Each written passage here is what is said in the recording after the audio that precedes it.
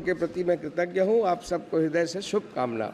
महोदय, अभी कल से जब से शुरू हुआ, रात को 12 बजे तक जो चला, जिस प्रकार से अभी अखिलेश जी बोल रहे थे, और कल जब शुरुआत हुई तो नेता प्रतिपक्ष राहुल गांधी जी ने जिस प्रकार की बातें की, आज जब अखिलेश जी ने एक शेरो शायरी से और गज़ल की पंक्तियों से शुरुआत की, तो मैं भी ये बता दूं कि अखिलेश जी, जरा सा कुदरत ने क्या नवाजा, जरा सा कुदरत ने क्या नवाजा, आके बैठे हो फलसफे में, तुम्हारा लहजा बता रहा है तुम्हारी दौलत नई नई है।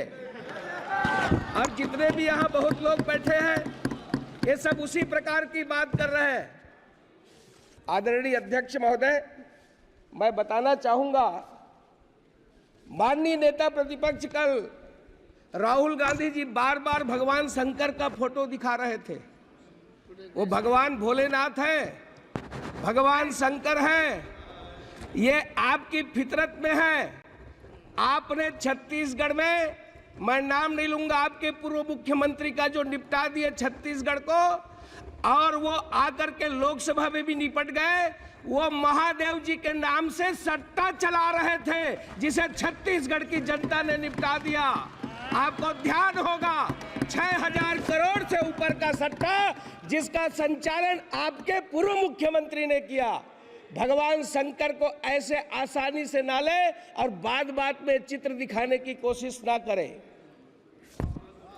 राहुल गांधी जी, आपने जो शुरुआत की है, आपने जो जिस प्रकार से हिंदुत्व को लेकर के, हिंदू को लेकर के और भारतीय जनता पार्टी के लोगों को जो आपने जो हिंसक कहा है, मैं आपसे कुछ प्रश्न पूछना चाहता हूं और मैं माननीय अध्यक्ष महोदय जी के सामने इस सदन में रखना चाहता हूं।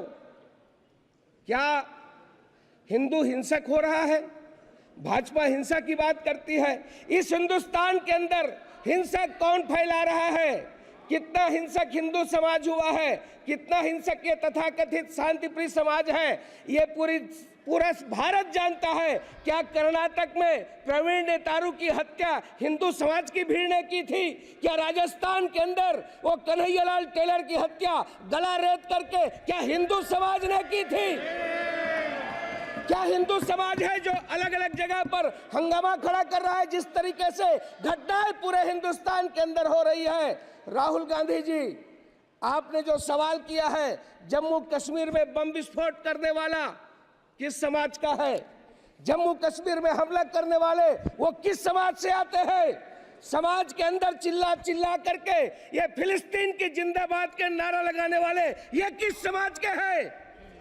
संसद के अंदर आपने शुरुआत की है, संसद के अंदर चिल्ला चिल्ला करके आपने जिस प्रकार की बातें की है, यहाँ की परंपराओं को तोड़ने की कोशिश की गई है, मर्यादा को तार तार करने की कोशिश की गई है, किंतु हमारी ये उच्च परंपरा रही है, इसमें आप सफल नहीं हो पाएंगे।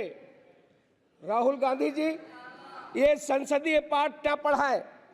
आज आपने जिस प्रकार से हिंदुत्व का अपमान किया है, आपने जिस प्रकार से ये कल जो शुरुआत की है, और आपके ही पार्टी के एक उत्तर प्रदेश के सांसद ने जो कहा है, उन्होंने छत्तीसगढ़ की बात की है। इमरान मसूद छत्तीसगढ़ में मॉब लिंचिंग की बात कही है। मैं सदन के सामने बताना चाहता हूं, वो क्या काम करने के लिए गए थे आपको मालूम है छत्तीसगढ़ में? और कैसे रात के अंधेरे में वो नदी में कूद गए।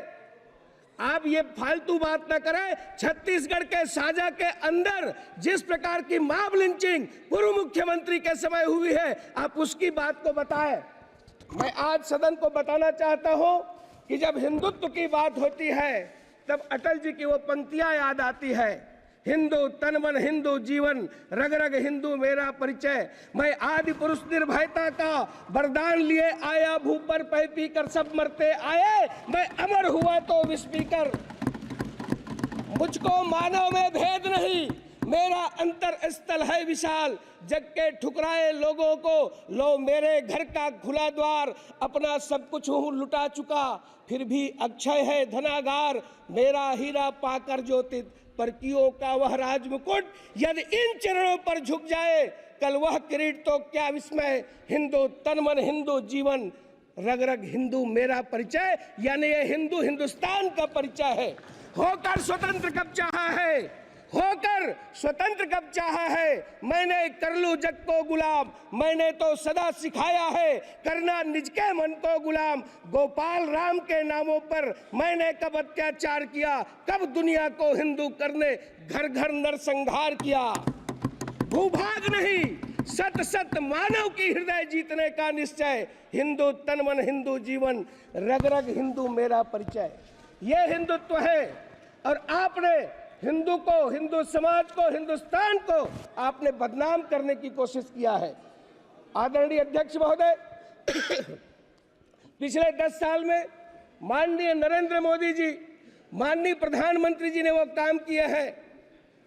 ये यदि मैं ये कहूं कि मोदी जी है तभी वो मुमकिन है, और वो काम की शुरुआत नहीं बल्कि डिलीवरी हुई है, जिन्हें पूरा करना ही असंभव लगता था। मोदी जी हैं तभी वो गुंजाइश भी अभी भी बनी है। कश्मीर में मोदी जी ने असंभव को संभव कर दिया। ये वो काम है। चीन को भी पीछे छोड़ दिया, दुनिया का 8वां अजूबा कहा जा रहा है। ऐसा काम बड़े पड़ोसी देश भी कहीं मुकाबले में नहीं है। जम्मू कश्मीर में एक ऐसा प्रोजेक्ट बनकर तैयार हो चुका है जिसकी धमक पूरी दुनिया में सुनाई दे रही है। अध्यक्ष महोदय, कश्मीर का वो चिनाब रेलवे ब्रिज, दुनिया का सबसे ऊंचा रेलवे ब्रिज, रेल ब्रिज न बनकर तैयार है बल्कि ट्रेनें दौड़ा कर देखी जा चुकी है, ट्रायल हो चुका है। पहले से नारे लगाते रहे हैं। हम कहते थे कश्मीर से कन्याकुमारी है, किंतु सार्थक करने का काम माननीय नरेंद्र मोदी जी ने किया। दुनिया का सबसे ऊंचा चिनाब रेलवे ब्रिज, USBRL यानी उधमपुर श्रीनगर बारामूला रेल लाइन, ये प्रोजेक्ट जिसके निर्माण पर पूरी दुनिया की निगाह थी, माननीय मोदी जी ने पूरा किया। भारत ने कर दिखाया है। पूरी दुनिया भारत की लोहा मान रही है। अध्यक्ष महोदय, नदी की सतह से स्कूल की ऊंचाई 359 मीटर है। पुल एफिल टावर से भी 35 मीटर ऊंचा है। जहां लोग फोटो खिंचाने जाते हैं और बड़ा नाम लेते हैं, उससे भी 35 मीटर ऊंचा है। हमारे देश के कुतुब मीनार से ये 5 गुना है। माननीय अध्यक्ष महोदय, मोदी जी ने हर मुश्किल को संभव किया है। ठीक वैसे ही जैसे कोरोना काल में, महामारी में, अंतर्राष्ट्रीय बीमारी पर पूरी दुनिया, जी मैं बस 2 मिनट में खत्म करता हूँ, त्राही त्राही बची थी। विदेश के लोग कहते थे कि भारत में इतनी बड़ी आबादी है, क्या होगा, किंतु इस कोरोना के तूफान से भी राष्ट्र की कश्ती को सुरक्षित बाहर निकालने का काम यदि किसी ने किया तो वो है इस देश के प्रधानमंत्री नरेंद्र मोदी जी। कोविशील्ड, कोवैक्सीन का निर्माण ही नहीं कराया, संसाधन मुहैया कराए, लैब के वैज्ञानिकों को प्रोत्साहित देते रहे। देश में 300 करोड़ से अधिक डोज लोगों को वैक्सीन मुहैया कराया। इतना ही नहीं, दुनिया के देशों को भी सब प्रकार की उन्होंने सुविधाएं दी। इस पीरियड में आत्मनिर्भर भारत के मंत्र को नहीं छोड़ा। अध्यक्ष महोदय, उस तरफ बैठने वाले नहीं चाहते, ये चाहते ही नहीं थे ये वैक्सीन भारत में निर्मित हो। अरे ये तो फाइजर की वकालत कर रहे थे, विदेशी कंपनियों की वकालत कर रहे थे। सेंट्रल विस्टा का भी ये निर्माण नहीं चाहते थे, ये GST का कलेक्शन नहीं चाहते थे। ये डर्टी पॉलिटिक्स इनके रक्त में है। माननीय प्रधानमंत्री जी हार नहीं मानने वालों में से हैं। उन्होंने गतिरोधों को दूर किया। नए ऑक्सीजन प्लांट, मुफ्त में टीकाकरण, ऑक्सीजन रेल ने ताकत दी, नए वेंटिलेटर का निर्माण, नए हॉस्पिटल का निर्माण। देश में कोविड टेस्टिंग सेंटर एक हुआ करता था, हजारों कोविड सेंटर स्थापित किए। PPE किट नहीं बनता था, आज हम लार्जेस्ट प्रोड्यूसर हुए। ऑक्सीजन एक्सप्रेस चलाए, कॉरिडोर बनाया गया, एयरपोर्ट ने टैंकर लिफ्ट किए, क्रायोजेनिक से लाने की बात की गई और इसमें PM केयर फंड की बहुत महत्वपूर्ण भूमिका रही। माननीय अध्यक्ष महोदय, 80 करोड़ लोगों को मुफ्त अनाज देने का काम किया। कहाँ तो तय था। मैं ये कहूँगा कि आज जिस प्रकार से गरीबों की केवल चर्चा करते रहे, किंतु यदि गरीबों की, मजदूरों की, और अंत्योदय की यदि कोई सरकार हुई तो माननीय प्रधानमंत्री नरेंद्र मोदी जी की सरकार हुई, जिस पर आज देश पूरा गर्व कर रहा है। आपने मुझे अवसर दिया। इतना ही कहते हुए, चाहे रक्षा के क्षेत्र में हो, चाहे शिक्षा के क्षेत्र में हो, चाहे पेयजल के क्षेत्र में हो, राष्ट्र की सर्वांगीण उन्नति के लिए यदि कोई काम किया तो माननीय मोदी जी ने किया है।